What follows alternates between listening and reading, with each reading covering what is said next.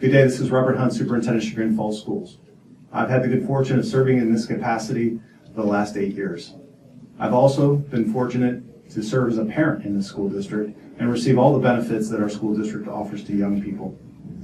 As I go around the community, I'm consistently asking or answering questions about education and topics such as school finance. And what I find is I'm frequently repeating the same topics in the areas of finance that impact not only our school districts, but school districts throughout the state of Ohio.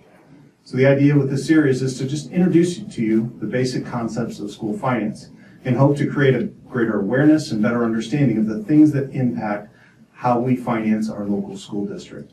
I certainly appreciate you taking the opportunity and the time to sit down and review this information. And as always, feel free to reach out to me or our Chief Financial Officer, Ashley Brudno, if you have any questions regarding school finance. Thank you and have a great day.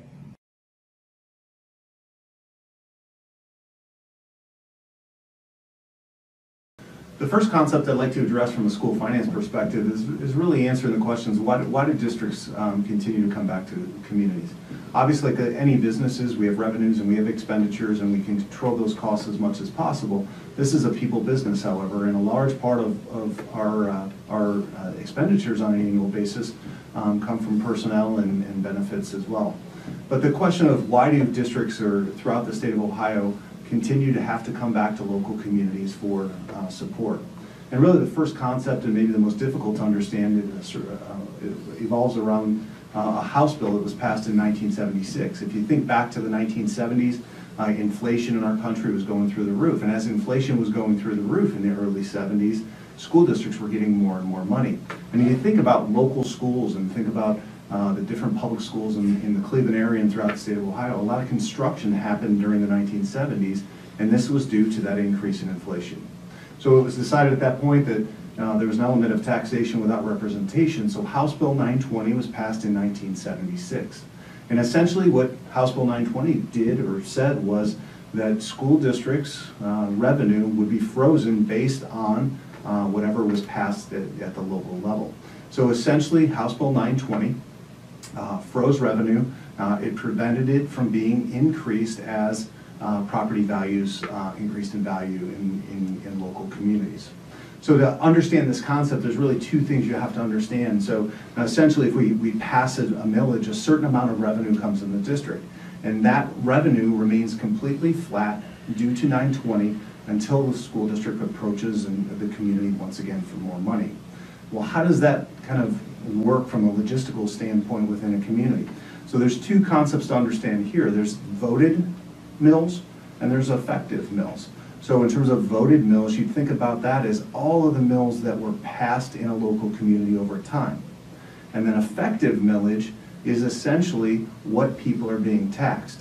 So if I looked at those two concepts in Chagrin Falls, in our tax year 2019 or 2020, I'm sorry, we have about 120 voted mills. So that's all the mills that have been passed over time. So what's really effective in terms of millage of that 120 is only about 56 mills. So the difference between 120 mills and 56 mills, this is what you're actually being taxed on, but 920 is the factor that reduces those. So essentially, House Bill 920 ensures that school districts over time get the same amount of money. So what does that equate to, or what does that look like? Another diagram that I like to use is one of expenses and revenue. So like any organization, we do our best to slow growth, control costs, but eventually due to inflation over time, expenses are going to rise. We know that, especially in Chagrin Falls, we're completely reliant on our local taxpayers for revenue. So we do that by approaching our community and asking them to support operating levies. So if you look at this graph as expenses grow over time and revenue is on the bottom, you essentially have a line of revenue that is going, and eventually those two lines cross. So there will be a point where our expenses will exceed our revenue. And we look at that time and we monitor that time and we do our best to control that expense side, but eventually we have to go back to the community And we've tried to stay within a 4-year levy cycle the best that we possibly can. So when our ending cash balance begins to get to a point where we're concerned, we approach the community for a levy. And at that point, we increase our revenue if successfully passed, and we continue to operate. So you get this stair-step approach where you're consistently going back to your community to increase revenue to cover expenses over time. House Bill 920 is so difficult and so detrimental to schools because there's no way for growth to occur without going back to your community on the revenue side. So that's a brief bit about House Bill 920. Also want to cover the impact of this and give you a few examples on what it could look like for me as a taxpayer, my local tax bill, to better understand 920.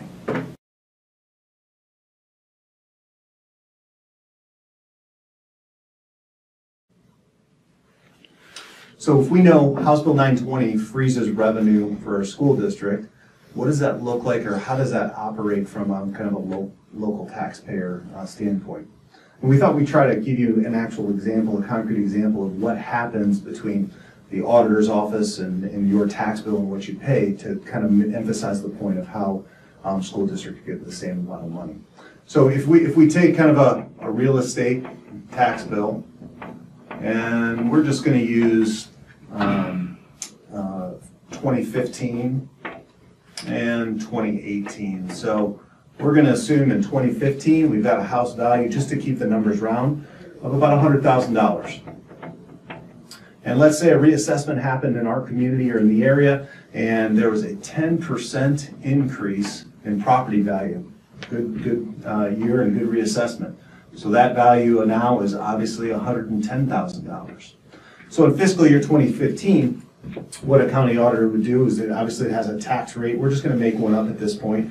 And we're going to say the tax rate is 0.026, which if you do the multiplication here, you essentially get $2,600 in tax revenue for the school district. So reassessment happens, increases 10%. Most people think, well, if it increased to 10% in value, that must mean the school district is getting more money. They're getting another 10%. Well, because we know 920 comes into effect, and that can't happen, what the county auditor will actually do is will reduce the amount of millage. So that effective millage will be reduced, and we're going to put in now 0.23, and I believe this continues to go out with 3.6 and so on. But to make the point, the auditor lowers the millage, do the same multiplication, and even though your house value increased 10%, the auditor lowers the millage to ensure the school district only gets the same amount of revenue. That is really essentially what House Bill 920 is at the homeowner level.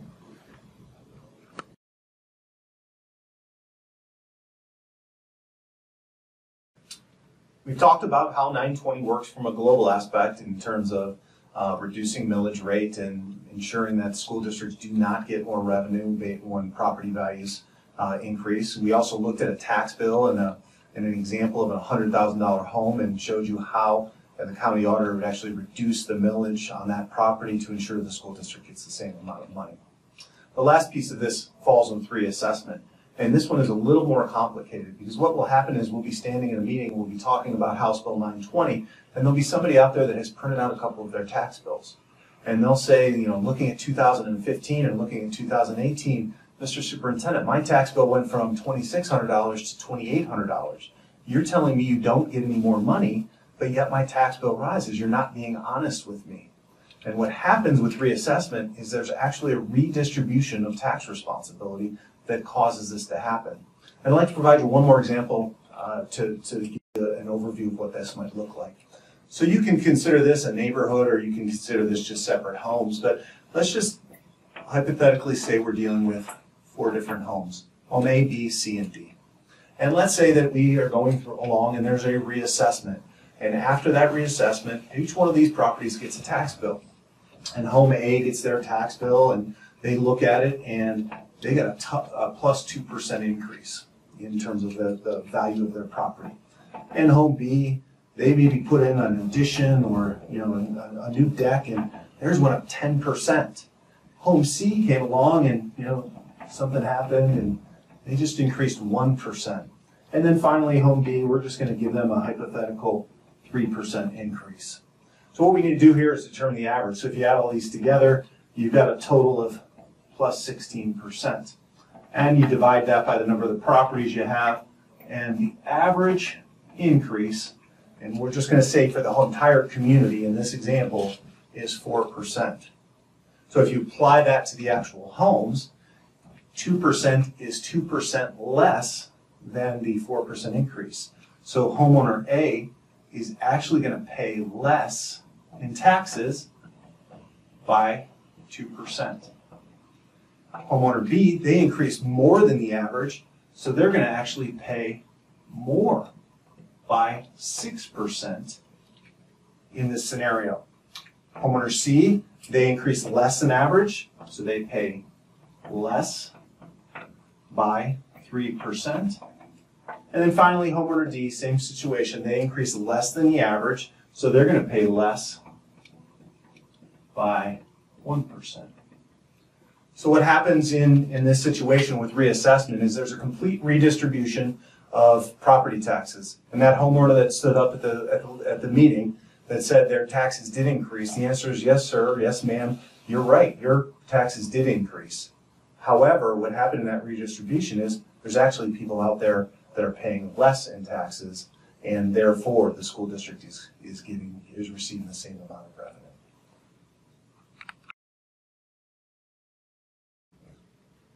So we've tried to give you a brief overview of one of the big concepts in school funding, and that's House Bill 920.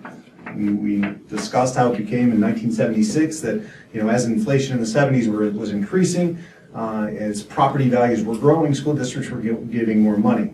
So House Bill 920 was put in place to essentially freeze the amount of revenue that a school district can get based on what is approved by the voters. We talked about the mechanism in which the county auditor utilizes to ensure that that same amount of revenue comes to districts. So you've got this concept of voted versus effective millage. The voted millage is the total that was approved, and the effective is what the auditor actually reduces to ensure the school district gets the same amount of money. We discussed briefly how inflation plays into this. So as costs grow over time, creating an increase in what our expenditures would be from the organizational perspective, the only way we can increase our revenue is to reduce costs, slow that growth as much as possible, but eventually approach our community to increase the revenue. And then finally, we talked about this idea of reassessment and how it plays out. And really, that's essentially just a redistribution of tax responsibility. And although various people may pay more, may pay less, the end result or the net result back to the school district is, because of House Bill 920, the same amount is coming in. I want to thank you for taking the time to learn a little bit more about this important concept and how it impacts school districts across the state of Ohio. I do look forward to our next couple of video series, and the next concept we'll look at is state funding and how much Chagrin Falls gets, how that system is set up as we move forward to better understand school finance and the impact at Chagrin Falls. Have a great day.